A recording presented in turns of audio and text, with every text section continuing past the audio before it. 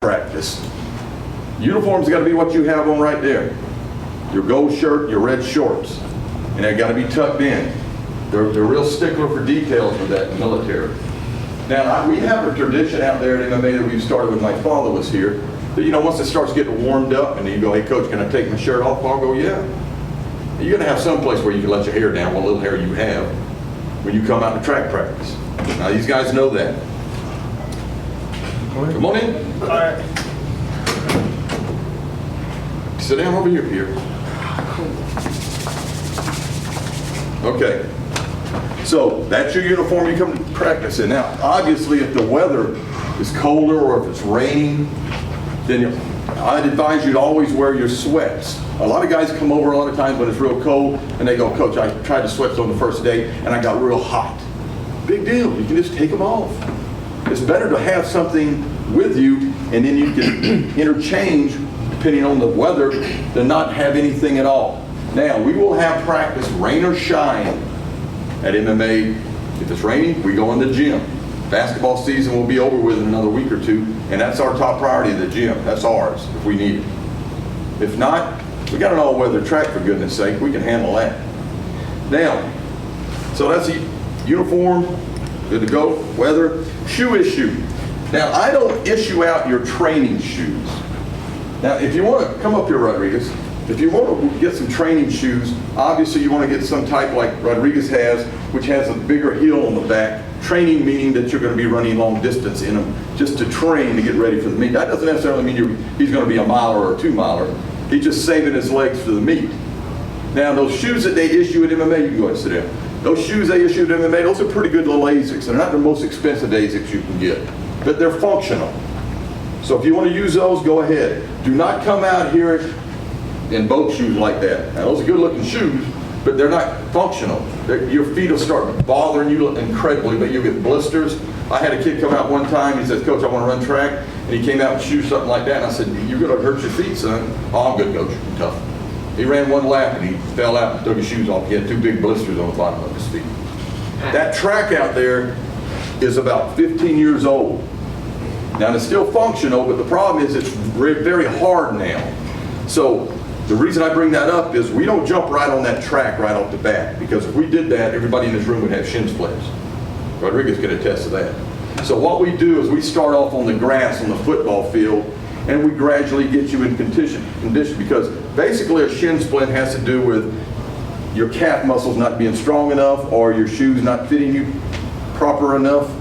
And basically what a shin splint is, I have these guys ask me every year, you have your calf muscle back here and then you have your tibia bone right here. What attaches that calf muscle to that tibia bone is a membrane. And if that membrane becomes irritated or inflamed, that muscle will pull away from that membrane and it'll cause that membrane to inflame. And if you just take a step, shin splints are, if you just touch right there and they hurt real bad, that's shin splint. If you hurt up in here around your ankle on this side of your leg, those are not shin splints. If you have any type of injury during the year, don't ignore it. Always come tell Coach Martinez or myself so we can eyeball you and find out what the situation is, whether it be hamstrings, I won't bring up any names over there, but you got to really stretch. And we do a heck of a lot of stretching.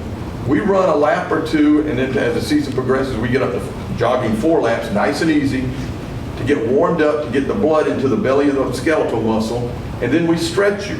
Then we have track practice, and then after track practice, we stretch you again. I've been doing this for about 15 years now, stretching twice, and it's worked out real well. Knock on fake wood up here, but we haven't had any pulled muscles, except for one. I won't mention any name. Okay. Now, your spikes that you're going to get. Don't start bugging me about when you're going, when are we going to spikes? Coach, when are we going to get our spikes? I want to set a world record. We don't hardly ever put those spikes on for about 3 weeks. We want to get your legs in shape. The only time we ever put the spikes on is when I time you, or if we're timing in the relay, and right before we run, I say, okay, put your spikes on now. You always have your training shoes on. Trust me, I know what I'm talking about in this. You don't want to keep those spikes on. You'll never get through a whole practice if you just had those spikes on. Never.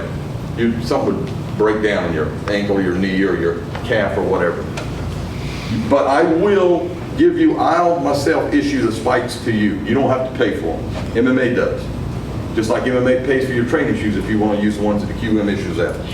Okay, be at practice. I'm glad I touched base with Buddingh over there. Be at practice at 4 o'clock. No later than 4. Normally we go, I used to be in the old day, I'd go from 4 o'clock to about 5:45, 6 o'clock. And I found out that I was basically destroying the individual's legs. So we don't do that anymore. We go have practice anywhere from, we go from 4 to 5, sometimes at 5:15 as the season progresses, sometimes at 5:30. Basically, I want to make sure you get back to the barracks in time to get your uniform on for third mess.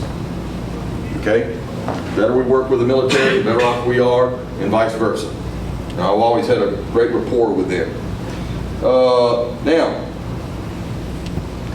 correct me if I'm wrong, but they still make announcements in those barracks, right? About if something's canceled or whatever. Well, anytime you hear in the barracks that activities have been canceled, ignore that. This is a varsity sport. You come regardless. Always come over here.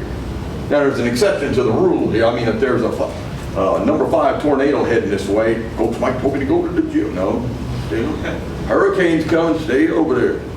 But you know, if they just say, oh, we got to do something military-wise, that's not it. From 4 to 5:15 to 5:30 is my time, is athletic time. The military has their time in the morning, and then they have some time right after school as well, and then they have y'all at night and on the weekends, basically. But during activity period or sports period, once again, which is from 4 to 5:30, that's my area.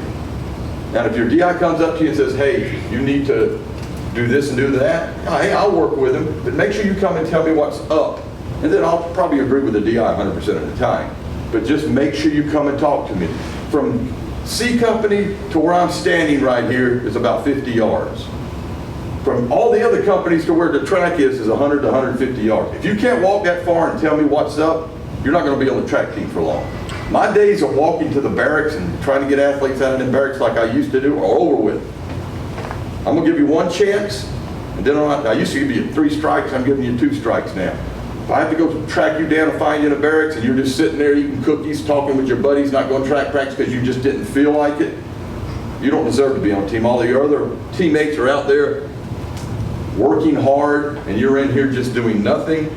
It's not going to work like that, man. It happens the second time, you're off the team.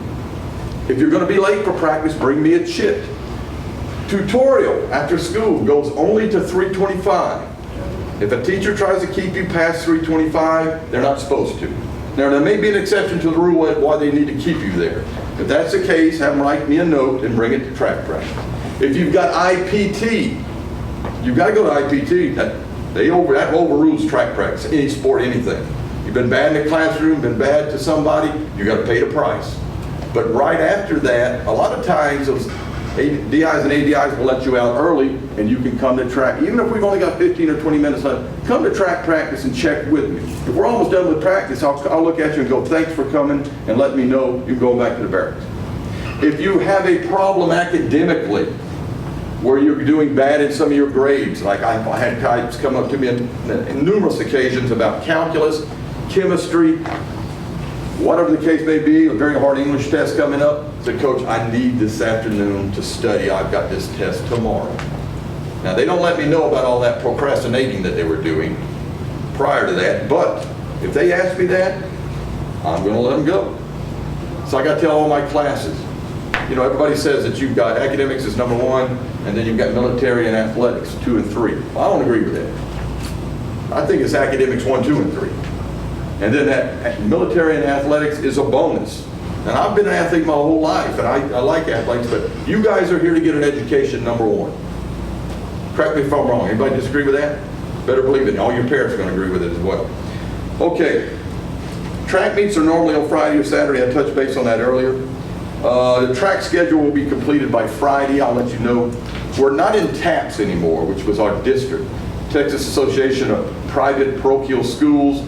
We're not in that district anymore because of, you know, travel issues and how much money it may cost. So all the track meets will be here in the valley. We're going to have anywhere from 4 to 5 track meets. We'll probably have 2 prior to spring break and 2 to 3 after spring break.